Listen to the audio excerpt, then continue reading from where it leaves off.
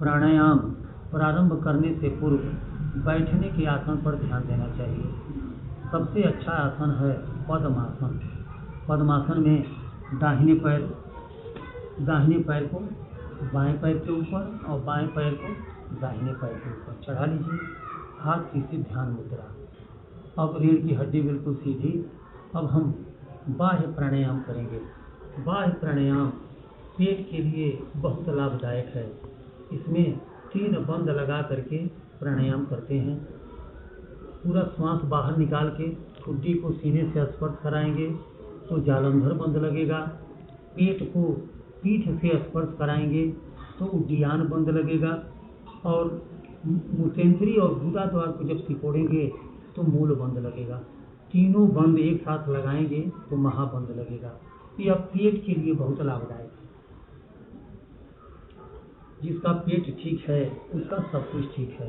ये पूरी पाचन क्रिया पाचन तंत्र के लिए लाभदायक है। इसमें पूरा श्वास बाहर निकाल के तीनों बंद लगा के करना है। घुटने पर दबाव दे दे करके पेट को अंदर खींचना है।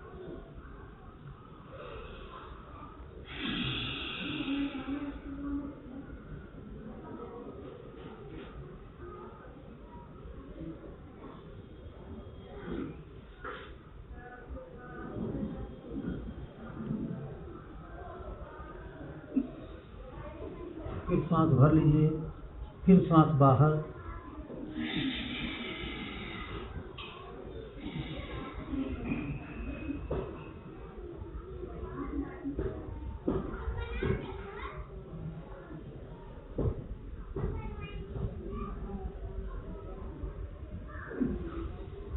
यह प्रतिदिन 3 से 5 बार केवल करना है। उतने में ही आपकी पूरी पाचन क्रिया बिल्कुल ठीक रहेगी। बाह्य प्राणायाम का एक सहयोगी क्रिया है अग्निसार क्रिया। अग्निसार क्रिया में पूरा श्वास बाहर निकाल के पेट को फुलाते और सिकोड़ते हैं। यह कैसे लाभ करती है अग्निसार क्रिया? हमारी जो छोटी आंत और बड़ी आंत मिला करके जो हमारी आंत है वह 25 फुट से 28 फुट लंबी है। और ये पूरी आंतों का एक्सरसाइज होता है अग्निसार से। पूरा श्वास बाहर निकाल के पेट को फुलाते और सिकोड़ते हैं।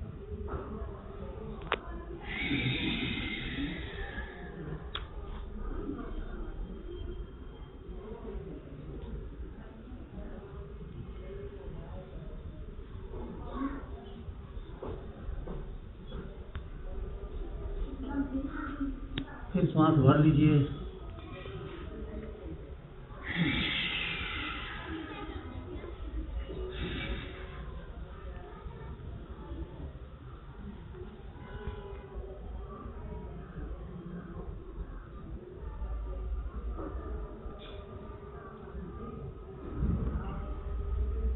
यह 3 से 5 बार प्रतिदिन करना है। यह बाह्य प्राणायाम और अग्निसार क्रिया ये 2 नियमित आप करेंगे तो पेट की कोई बीमारी कभी होगी ही नहीं। और यदि है तो धीरे धीरे ठीक हो जाएगा। अब प्राणायाम के क्रम में बहुत लाभदायक प्राणायाम है अनुलोम विलोम प्राणायाम। करने में देखने में बहुत सामान्य है। इसमें करते क्या हैं, दाहिने हाथ के दाहिने नासाद्वार को बंद कीजिए। बाएं से श्वास भरिए और बीच वाली अंगुली से बाएं को बंद करके दाहिने नासाद्वार से श्वास बाहर। फिर दाहिने से ही श्वास भरिए। बाएं से श्वास बाहर, बाएं से ही श्वास भरिए। दाहिने से श्वास बाहर, पुनः दाहिने से ही भरिए। बाएं से श्वास बाहर। यही क्रिया बार बार दोहरानी है। अब आप सोचेंगे कि ऐसे करने से कैसे इतना अधिक लाभ होता है। हमारे शरीर की रचना छोटी छोटी कोशिकाओं द्वारा हुई है। प्रत्येक कोशिका को स्वस्थ रहने के लिए ऑक्सीजन की आवश्यकता होती है। हमारी जो सामान्य श्वसन क्रिया है उससे ऑक्सीजन की पर्याप्त आपूर्ति नहीं हो पाती। जब यह अनुलोम विलोम प्राणायाम कम से कम 60 मिनट हम करते हैं तो शरीर में जो ऑक्सीजन की आवश्यकता है उसकी पर्याप्त आपूर्ति हो जाती है और हम पूर्ण रूप से स्वस्थ रहते हैं। यह अनुलोम विलोम प्राणायाम स्वस्थ रहने के लिए है प्रतिदिन 7 मिनट। अपनी कमी दूर करनी है तो उस समय को धीरे धीरे 10 मिनट, 15 मिनट, 20 मिनट, 25 मिनट बढ़ाइए। जितना ही बढ़ाएंगे उतना ही जल्दी आपको लाभ मिलेगा। अपने शक्ति सामर्थ्य के अनुसार प्राणायाम करना है। अब इसके बाद बहुत महत्वपूर्ण प्राणायाम है टेंशन दूर भगाने वाला प्राणायाम, याददाश्त शक्ति बढ़ाने वाला प्राणायाम, भ्रामरी प्राणायाम। यह टेंशन मुक्त करेगा आपको और याददाश्त शक्ति बढ़ाएगा। यह मस्तिष्क का बहुत ही अच्छा प्राणायाम है, बहुत बढ़िया एक्सरसाइज इससे होती है। इसमें करते क्या हैं, अंगूठे को कान में एक कपाट है वो लगाइए, तर्जनी अंगुली ललाट पर, शेष 3 अंगुलियां आँख के पास, नाक के बगल में, सभी अंगुलियों से हल्का हल्का दबाव, पूरा श्वास भर के मुंह बंद करके ओम कहना है।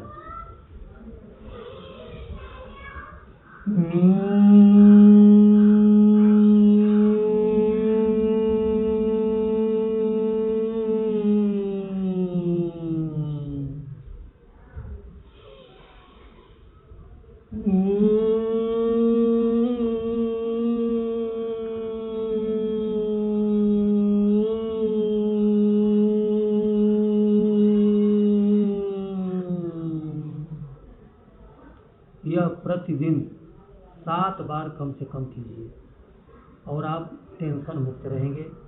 अब उसके बाद पूरे प्राणायाम का चरमोत्कर्ष है ध्यान प्राणायाम। ध्यान प्राणायाम में हमारे आराध्य देव हनुमान जी ललाट पर विराजमान हैं।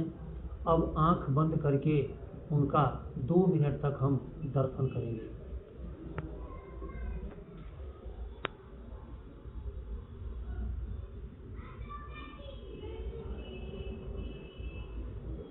समय पहले 2 मिनट, उसके बाद धीरे धीरे 3 मिनट, 4 मिनट, 5 मिनट, कम से कम 5 मिनट जब नियमित आप ध्यान प्राणायाम करने लगेंगे तो यह आपको बहुत अधिक लाभ पहुंचाएगा और इस प्रकार आप पूर्ण रूप से स्वस्थ रहेंगे।